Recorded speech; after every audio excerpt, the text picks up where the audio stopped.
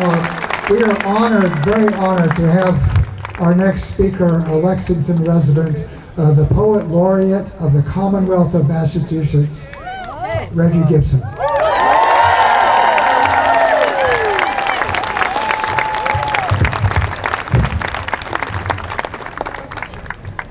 Good morning to all. My full name is Regie O'Hare Gibson. I've taken my wife's last name as my own. And I am the inaugural Poet Laureate of the Commonwealth of Massachusetts. And I wanted Toby to say that because the Commonwealth of Massachusetts has a definition and a resonance. Commonwealth, a community convened to promote the common good. But the word Commonwealth is only a word, and words do not have meaning. This is the secret that we teachers of language understand. Words do not have meaning. Words are grunts. They are sounds, expectorations of air that we shape through tone and pitch. Words have no meaning. What gives them meaning is when they are embodied, when they are instantiated, when they are manifested and were manifested through action. And this is an important distinction because we are a constitutional republic, a community held together by a document made of words. Words that if those words are to have meaning, it is up to us to create it. I think often about what led us here.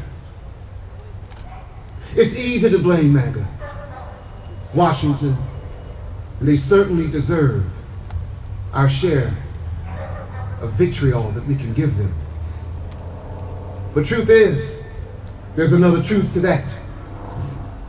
We got here one racist grandmother at a time. We got here one homophobic grandfather at a time.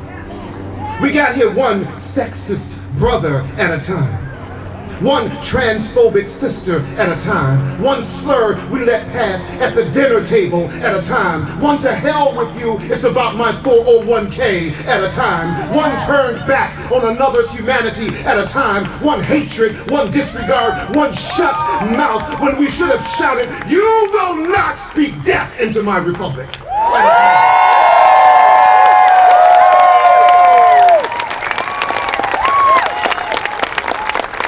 No mistake about it. Every one of our sacred words that we did not give action to has brought us to this. But as Senator Markey reminded us, when we gave the word freedom meaning, men and women fought here and a country was born. When we gave the word freedom meaning, women became liberated. It happened. When we gave the word freedom meaning, legal segregation of schools happened. When we gave the word freedom meaning, civil rights happened, gay rights happened, trans rights happened. And even though this is the first state to institutionalize slavery, it was also the first to get rid of it because we gave the word freedom.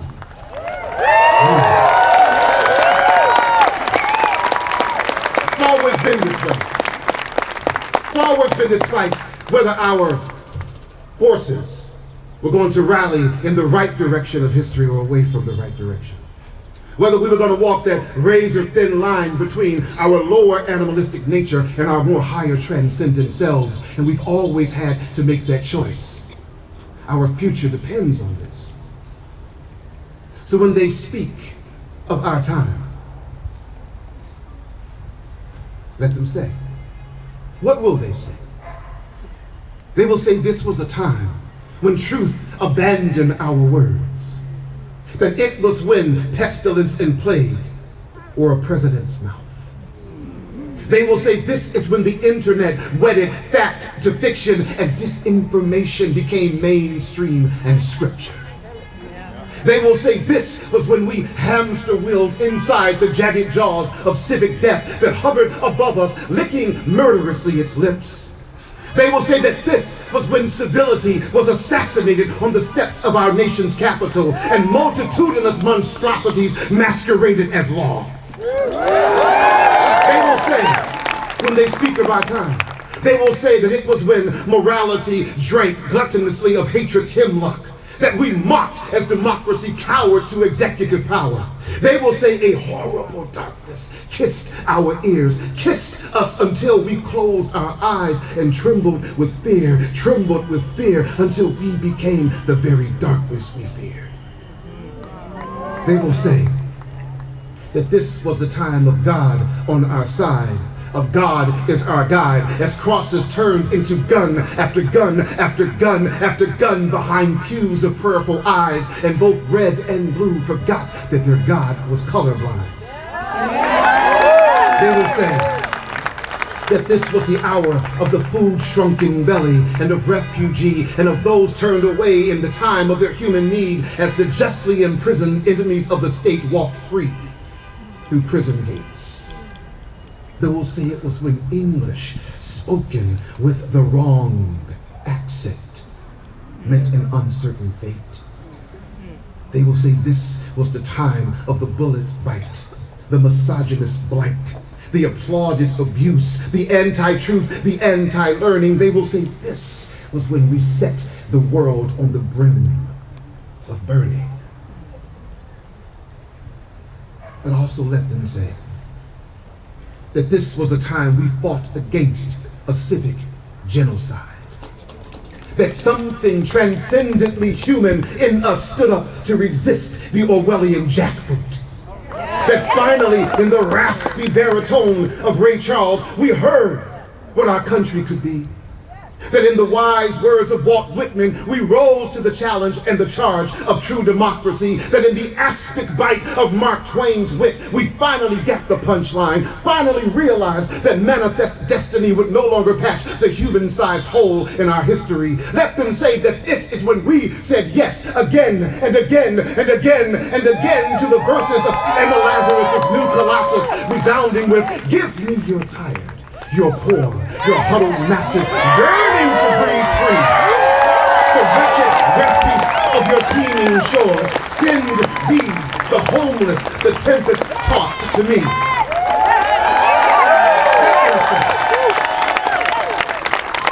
Let them say that this is when we said yes again and again and again and again to the verses of Pablo Neruda, resounding with peace for the coming twilights, peace for the bridge, peace for the wine, peace for the letters that seek us and rise in our blood, peace for the city in the morning when the bread rises, peace for the ashes of our fallen, peace for all living, peace for all waters and land. Let them say that this is when we fought, how we've been conditioned.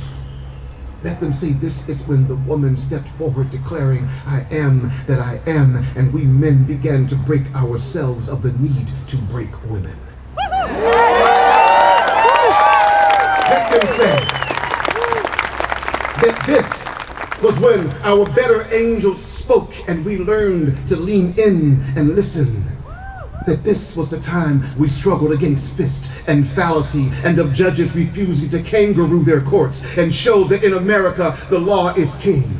Let them say that this is when our youth saw us here, found truth and hope fluttering madly on their tongues like a caged feathered thing, and because of us they were unafraid to open their mouths and let it stretch its wings and sing. Let them say that we were a people of a humanistic faith in a time when faith in humanity was foolish. Let them say that we were a people of an infinite hope when it made no sense to hope at all. That we still believed that love could be as simple as the images our ancestors painted on caves, images birthed from our first human songs, songs of water and flower, the sun, moon, and star, and wind, and rain, and river, and fire, and that even as all shook beneath our shoes, you knew that you were part of me, and I was part of you, and you, and you, and you, and you, and you, and that we are all part of all. Let them say that this was a time we desperately reached through this malignant maelstrom of electronic chaos. reached through the mad and maddening invocations of the soulless who profit from the poisonous pathology of our time, reached through and found others here with our own eyes, with our own hands, reaching back.